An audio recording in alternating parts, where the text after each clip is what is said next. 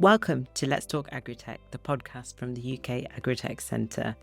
I'm Sophia Herscher, and today we're diving into one of the most pressing challenges for UK vineyards, spring frost. Despite our warming climate, frost remains a major threat to grape yields, especially during budburst.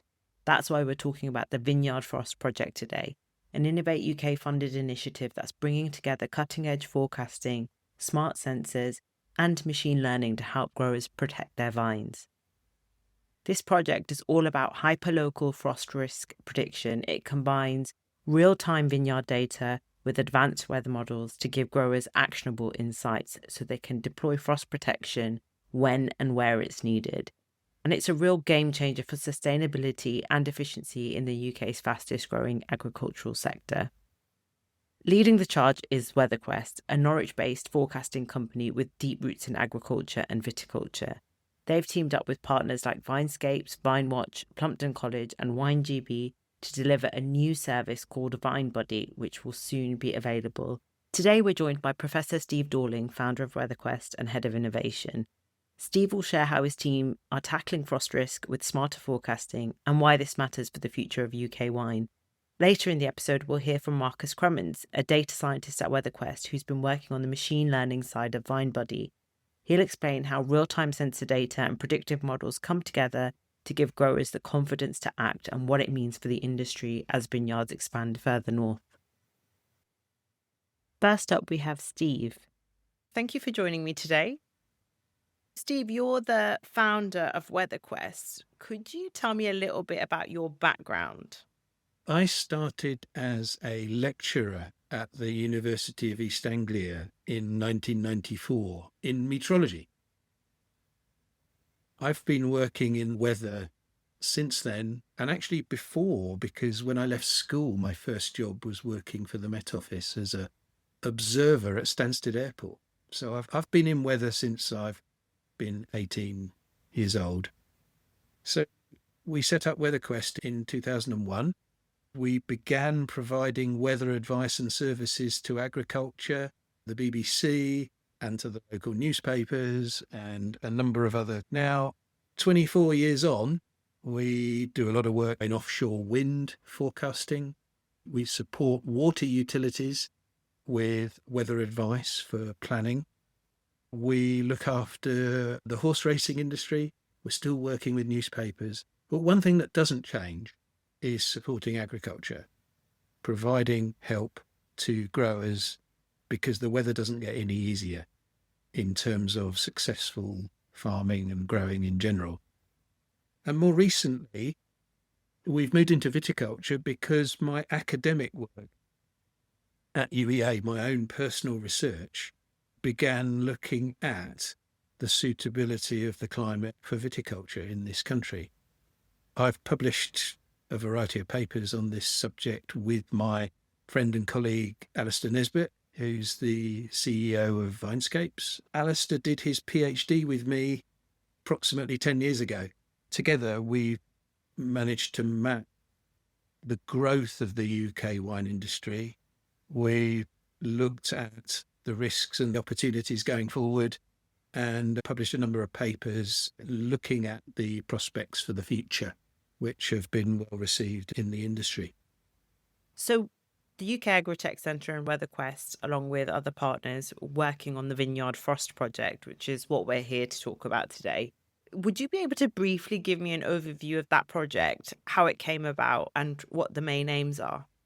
The project is all about smarter forecasting and management of frost risk in vineyards. To do that, we've needed to bring together a team of people who have experience of measuring the weather in the vineyard, ourselves who are good at forecasting. Then we need some practitioners, people in the vineyard sector who can tell us what the service needs to look like and what it needs to deliver. Between us, we've managed to bring together all the expertise and requirements of what this service needs to contain. From a layman's perspective, I'd really like to understand what that includes. I watch the news, I see the weather, I check my apps. Where do you get your data from? How do you form these detailed weather forecasts? So in forecasting, the data typically comes from a number of different well-known agencies, organisations. The Met Office is one such source of forecasting data. But there are others from other countries who are also very good at this. We pull in data from many of these organisations, and our job at Weatherquest is to add value to that data by presenting it in a way which is more user-friendly for communities like vineyard managers.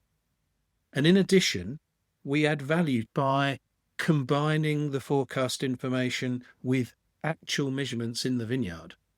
That way, we can tune the forecasts to be more representative of the actual vineyard conditions. And how exactly do you do that? Do you map the vineyard? We map the vineyard, make measurements at different locations, top of the slope, bottom of the slope, at bud height amongst the vines and at ground level, so that we're capturing all of that gory detail in the vineyard of how the temperature and the other weather variables are varying. Because there isn't one forecast for the whole vineyard. We need to represent that things can be colder at the bottom of the slope on a clear night than they are at the top, so the vineyard manager can respond accordingly. So, as a vineyard manager, why is it important to understand the different weather across the slope? What effect can it have on the crop? For the vineyard manager, it's critical to know which area of the vineyard is vulnerable. Because if you're going to try to protect the crop on a frosty night, you need to make sure that you deploy your kit and your people to defend the area that is most at risk. Some of these vineyards are quite large, many hectares. It's a real challenge to keep everything safe from frost damage. You need to be smart about how you go about it, and you need to know when the risk is there and when it's not there, because you don't want to spend valuable resources when they're not required. What kind of methods do vineyards use to protect their vines from frost? There's a range of techniques that are used. The simplest is to put large candles out across the vineyard. They're called bougies, chunky candles that are spread across the vineyard and lit on a cold night to generate some local heat to avoid dipping down below the critical temperature. That's a very labour-intensive task. First, to distribute those bougies, but second, to light them and stay up all night to make sure they remain lit and doing their job. They're not very environmentally friendly either. One would be to have a big, what we call frost fan. So it's like a giant hairdryer, blowing air around, mixing the air up between the cold air at the surface and the slightly warmer air above. If you can mix that up, then you have the potential to avoid going below the critical temperature ground level. Those are quite expensive. Beyond that, Sophia, there are other techniques as well. You can run electrical wires along the grapevine infrastructure, along the trellising, to generate heat, but you've got to have an electrical supply capable of powering those wires to generate the heat in the first place. Spraying with water sounds counterintuitive, but if you spray water over your vines on a night when it might go frosty, that can be a good thing to do, because water takes time to cool down and it also takes time to heat up. It sounds to me like a lot of these methods are either labour intensive, energy intensive, not particularly environmentally friendly. So I suppose that makes your project even more important in terms of precision handling of weather. Yeah, we need to make the most of the weather information that we've got in order to make the best use of scarce resources, whether those are human beings in the team going out and doing jobs on a cold night. It's very labour intensive. Your point about the other motivations for this, everybody's trying to be more sustainable. customers buying wines want to know the story of how the wine is produced, the full story, because that's part of the brand image. Being smart about this challenge is more important. And the problem's not going away, even though the climate is warming overall. Unfortunately, what that does is bring the development of the vines forward. The vines are growing quicker, and their frost vulnerability, when the buds burst, is happening earlier in the season when it's naturally colder. You talk about bud bursts, and there are different types of frost that have different effects on vines. Yes. So this period when the buds on the vines are vulnerable generally runs between about mid-March and mid-May. We call it the spring frost risk season for obvious reasons. There are two types of frost that can happen. Let me explain the difference between them, because one of them is defendable against and the other one is very difficult to defend against. The one that we're targeting here is called a radiation frost. And a radiation frost happens typically when we have overnight clear skies to allow the ground to cool during the nighttime hours. It generally happens when winds are light, when there's not a lot of mixing of the air near the ground surface with the air above. And what happens over that nighttime period is that the earth cools and the temperature at the ground level drops quite significantly. Now, the buds on the vines are not quite at ground level. They're typically about a metre above the ground. So the buds don't see the very coldest conditions on the ground, but they are cooled significantly by the ground's temperature. So we want to try to move some of that cold air accumulating at the surface away, higher up, so that the vines are not so exposed. We can either use our bougie candles to try and raise the temperature a bit, or get our frost fan out to mix the air up so that the warm air is mixed with the cold air. Or we can use some of those other methods like the electrical wires and spraying with water and that sort of thing. That can all work on a radiation frost night. The reason it works is because we have cold air at the surface, warmer air above, and we're just trying to mix them up and avoid having the radiation frost in the first place. The other type is called an advection frost. And this is really difficult because I want you to imagine on an advection frost night, what we're seeing is actually a really deep layer of cold air. Imagine in late winter, early spring, a very cold easterly or northeasterly wind coming from Europe or Scandinavia, or from the north, from the Arctic. These are deep layers of cold air. We call them cold air masses. And there's so much cold air in those circumstances that nobody's really able to apply any of these techniques to make a difference. They're just too powerful. They're just too big. Imagine the beast from the east. People will perhaps remember that from 2018. In those circumstances, you're just dealing with such a large volume of cold air that really there's very little that one can do to defend against that. So what we need to help people is not only to forecast, is there going to be a frost? But we also need to forecast, is it a radiation frost that we can defend against? And we need to make the effort to defend. Or is it one of those advection frost events that there's rather little we're going to be able to do? So we've obviously been a part of a very interesting Innovate UK study. Could you tell me a little bit about the funding for that and the partners? A couple of years ago, we bid into the Innovate UK DEFRA competition to undertake an innovative project, a project that had potential to deliver a new service that could be deployed by growers.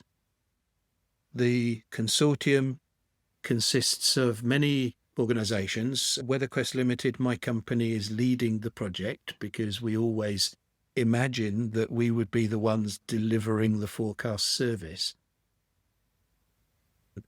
Key part of the task and the service is not only to forecast the weather, but also to measure the weather in the vineyard. Many vineyards have a weather station or somewhere on their vineyard, but our project is about understanding that the conditions in the vineyard vary from one location to another. And so what we needed was a new type of weather sensor that was sufficiently cheap that we could afford to locate a number of them in different locations on the vineyard to capture this spatial variability in temperature. So we joined forces with a company called VineWatch, who are already providing services and kit to actually undertake that spatial monitoring of temperature across a vineyard. And they've been testing the performance of a new sensor that we're quite excited about because the price point is good, the accuracy is good, and what we need at Weatherquest is real-time access to those measurements in the vineyard using this new sensor. So VineWatch have been helping us with that in the project. So we have Vinescapes. Vinescapes is a consultancy that provides consultancy support for vineyard managers. Beyond that, we've had Plumpton College, well known for being the training establishment for vineyard managers and others working in the vineyard industry. We've also benefited from WineGB, are the industry champions for all things vine and wine. And then, of course, coordinating everything on the management side of the project, I've been really grateful to all our colleagues at UK ATC. It's been a really exciting project to be a part of, and I know it couldn't come as a better time. The latest WineGB report shows that UK winemaking is just shooting through the roof. There's more and more vineyards. I am really interested to know when your Vine Buddy Frost service is going to go live. Could you tell me about that and how growers can find out more and express their interest in your app? It is really exciting. As you say, there are more than 1,000 vineyards now in the UK. And the growth has been exponential in recent years. So we now have more than 4,000 hectares of vineyard coverage. There's a growing need for support services in this expanding industry. We're going to be presenting our Vine Buddy service at the Vineyard Show in November. At the show and after the show, it's going to be possible for users to express interest, to get involved in a free trial in February 2026, with a view to taking a subscription starting in March, just in time for the spring 2026 frost risk season. So to express interest, you can either see us at the Vineyard Show. If you're not there, you can go to the vinescapes.com website. And under services, you'll see links to the Vine Buddy service where you can express interest. We will contact you and set you up for the free trial. Thank you so much for joining me today, Steve. It's been a real pleasure to talk about Weatherquest and the Vineyard Frost Project. Thanks, Sophia. I'm looking forward to supporting the industry with the outcome of this project with our new Vine Buddy service. It was great to hear from Steve. Next up is Marcus. Hi, Marcus. Thank you for joining me today. Hi, nice to see you. Thanks for having me on. So, Marcus, you're a data scientist at Weatherquest. Can you tell me a little bit about your background? So yeah, I studied a integrated master's in environmental science at UEA, and through that course I met Steve Dorling, who is head of innovation at Weatherquest.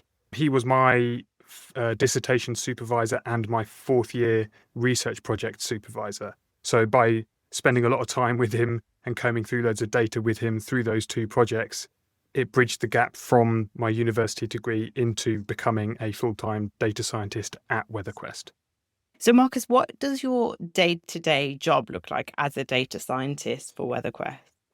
I look at different aspects of relationships between customers. Any clients or customers that come to us with data requests for a specific weather variable or want to look at spatial variability of a certain few weather variables, they will come to us and I'll then download the data, map it in certain different ways or produce graphs and send it to them. Another aspect is I actually do a lot of the marketing behind Weatherquest as well. So I'll produce maps for our social media, write news stories, case studies, anything involving Weatherquest as a whole. I also represent the company at different events and talks and meetings, and I'll go around the country if needs be and represent Weatherquest at these specific places. The UK Agri-Tech Centre also work with you on the Vineyard Frost Project, which is one of your research and development projects. I'd love to hear a little bit more about that. Yeah, so the Vineyard Frost Project deals with the threat that frosts have on vineyards in the UK. And although in the last 2 years we haven't had that many frosts, it's at the back of everyone's mind at the moment, but during the period of March to May, there is a very real risk of frosts within vineyards. Vines and their buds are relatively close to the ground. Normally when you're walking around, air temperature is measured at around 2 meters, 1.5 meters. So with vine buds, they're much lower to the ground, around 1 meter above the ground. So it's quite just a little bit lower than what normal air temperature is measured at. And because of that slight lower height, air temperature can actually be a lot cooler, even 50 centimeters below a normal weather forecast. And so in these vineyards might have air temperature or an air forecast of around 2 degrees, but at that 1 meter height, it can get to 0 or even below. I did a study for the Frost Project looking at air temperature compared to ground temperature, and the temperature just above the ground can get up to -8 degrees below what is felt at 1.5 meters. So why is it important that we know the temperature when it comes to vineyards and the vines? So when vines are growing, there's a period called bud burst where the individual buds on the vines will reach a point where they begin to burst and produce flowers. At this point, they are very vulnerable to frosts. If a widespread frost occurs during bud burst, it can completely decimate the crop, and it can lead to wide yield losses and a lot of banging heads of vineyard managers. And so in order to predict this the Frost Project is doing, we're using weather data and weather sensors to find in vineyard weather measurements, try and use machine learning to sort of predict these temperatures for the users of the forecast. And that'll then allow us to then say whether or not there'll be a frost tonight so they can defend against it and try to stop their buds from being harmed. Part of the project is this Vine Buddy service. Could you explain to me what the different elements of the Vine Buddy service are? So the Vine Buddy service deals with the weather forecasting aspect or the frost forecasting aspect of the Frost Project. This is the commercial product outside that will come as a result of the project. At the end of this year, we're releasing Vine Buddy. It'll incorporate techniques that we currently use for weather forecasting. We have a web app that users can log into, and it will show the frost type forecast for their specific vineyard. It will tell you whether or not it's a radiation frost or an advection frost, what time it is set to begin, the 1.5 meter air temperature and the ground temperature, so you easily see exactly when the risk period begins. Not only that, it allows you to see the last 30 days of air temperature, as well as any sensors within the vineyard that you have and you're willing to share with us.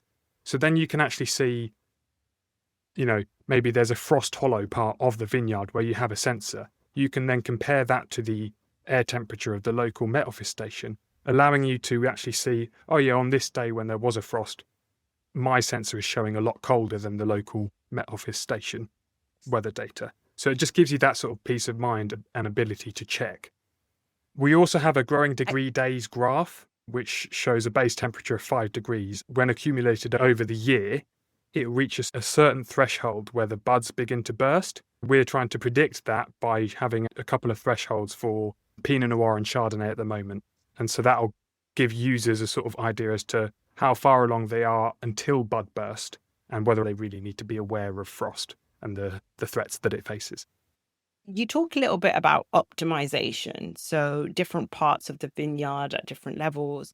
I'd love to understand a little bit about how you, as part of the project, taking on-site measurements and really helping optimize the forecasts. Yes, so the sensors within a vineyard are incredibly useful because when you normally get a weather forecast, it's normally for a wider region. And this doesn't actually accurately represent even sub-vineyard differences in temperature.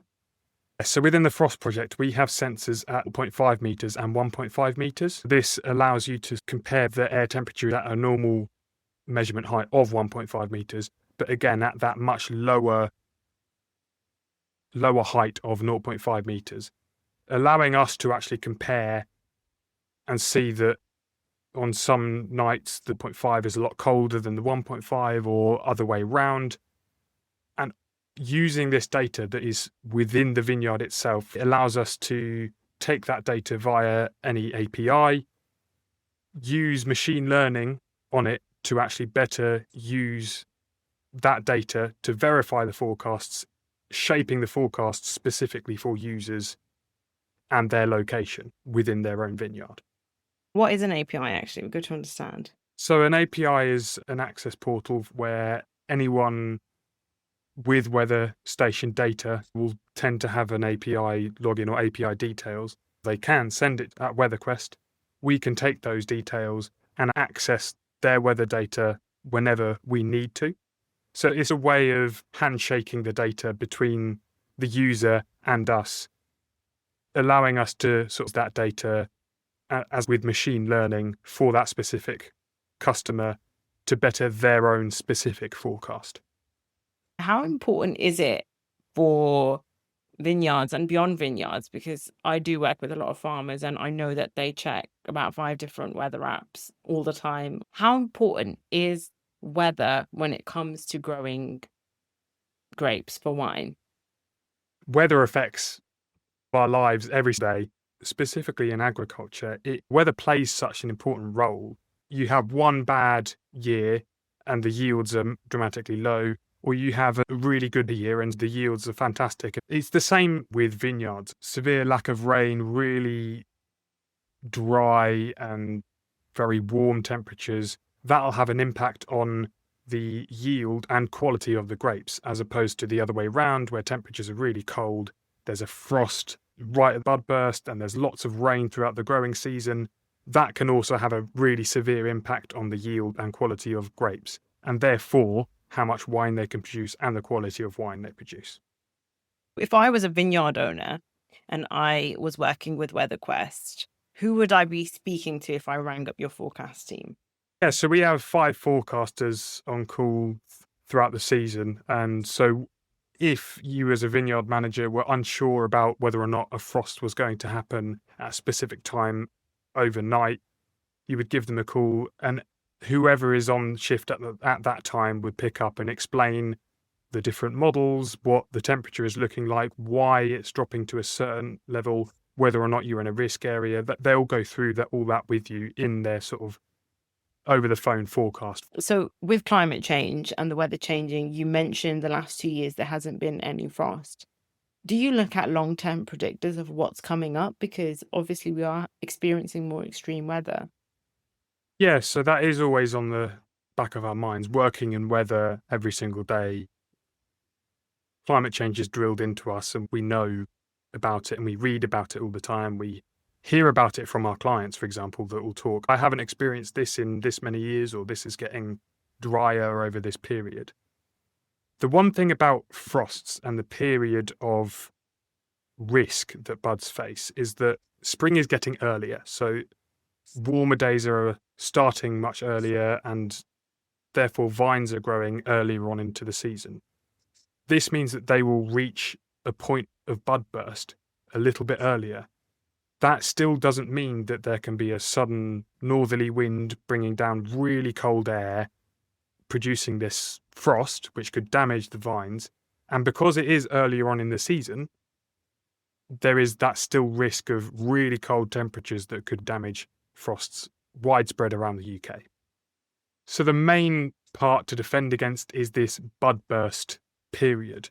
After bud burst, they will have a bit more resiliency. You would still try to defend as much as you can, because throughout the vineyards, some vines will have bud burst, others won't. You will have to try and protect the whole vineyard as a whole. So the vine buddy service is going to be more important to ensure growth for the industry.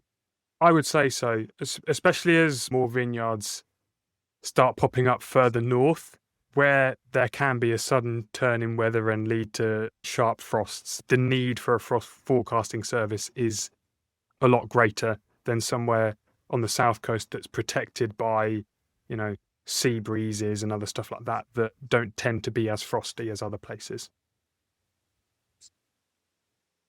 So when it comes to grapes, say, for example, you grow a Pinot Noir grape and this is the end taste that you really would want from this vine. How variable is it when it comes to like English weather and the differences in weather that we can experience when it comes to the taste of the grape at the end? I would say it's quite variable.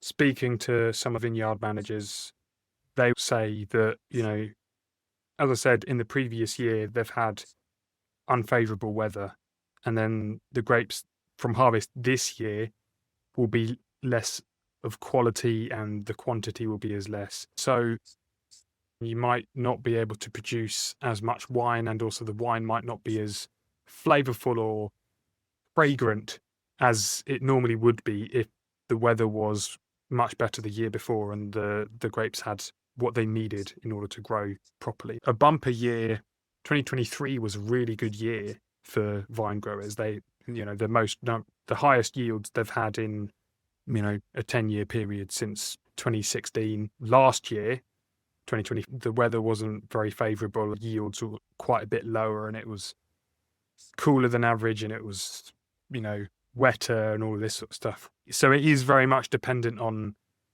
what the weather was the year before, what it is now during this season, the rainfall, how warm it was, and whether the average temperature was due to higher minimums or higher maximums. It all depends throughout the season when these different events happen. I do have one last question for you, Marcus. Mm-hmm. What is your favourite weather? My favourite weather is blue sky dispersed with cumulus clouds. It's a bit breezy, like walking in the Peak District or Lake District with windy weather and the nice fluffy cumulus clouds, but it's mainly sunshine. That's my perfect weather. And it is like dew on the ground and it's a bit wet. That's the perfect weather for me. Thank you for joining me today, Marcus. It's great to hear about the project and your work at Weatherquest. Thank you for having me. That's all for today's episode of Let's Talk Agri-Tech. A huge thank you to Steve and Marcus for joining me today and talking about the upcoming Vine Buddy service. If you're a vineyard manager and you want to get involved, check out vinescapes.com. Head over to the UK Agri-Tech Centre website for more information, and thanks for listening.